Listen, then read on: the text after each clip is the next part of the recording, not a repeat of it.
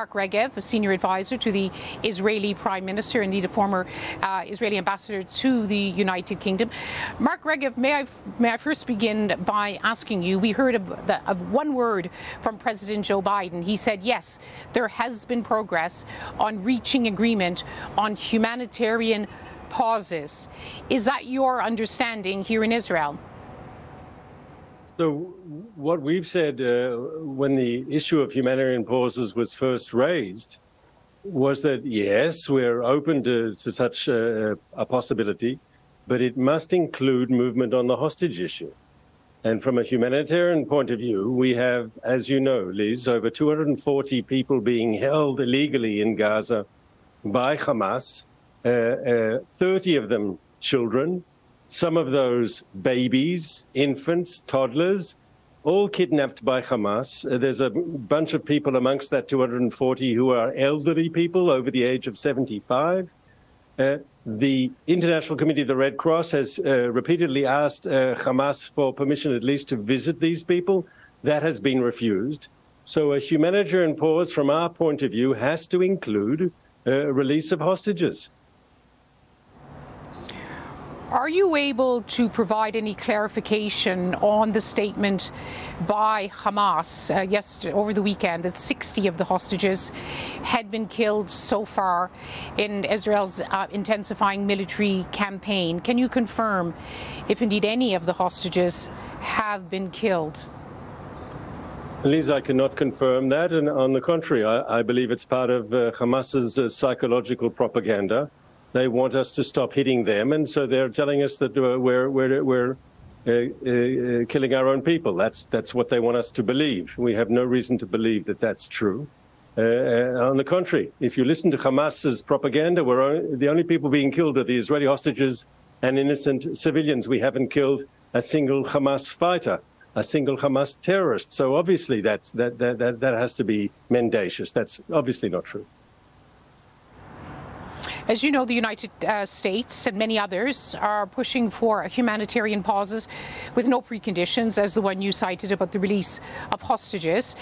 But they're also asking for fuel. And again, we understand from the Americans that they're reaching agreement on a mechanism to allow fuel into the south of Gaza to be monitored and brought to hospitals.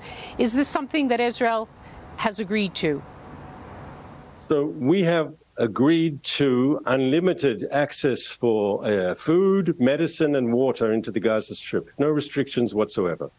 But you quite correctly raised the issue of fuel, which is much more sensitive, because fuel can power hospital generators, which is a good thing.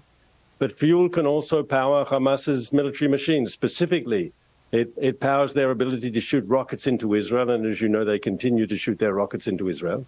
And fuel also allows their underground network of fortifications, the tunnels, the places where they store their equipment, their fortresses, all subterranean. Without fuel, there's no oxygen there and there's no light there. And it's clear from, and has been widely reported, that Hamas has stockpiled fuel for its own military machine. And we say the following. Aid that's given to the people of Gaza must be given to the people of Gaza. But unfortunately, the only people in Gaza with guns who can take whatever they want is Hamas. And quite rightly, if people want to talk to us about fuel, they have to be able to explain to us how will that fuel be prevented from getting to Hamas. But the UN says that it will be able to monitor it. It says it has its own fuel depot that it needs an agreement with Israel to reach, because it's worried that if it does approach the depot, it could also come under bombardment.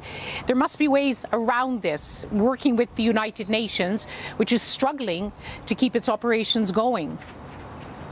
So I understand the pressures that humanitarian workers are going through in Gaza today. It's not easy.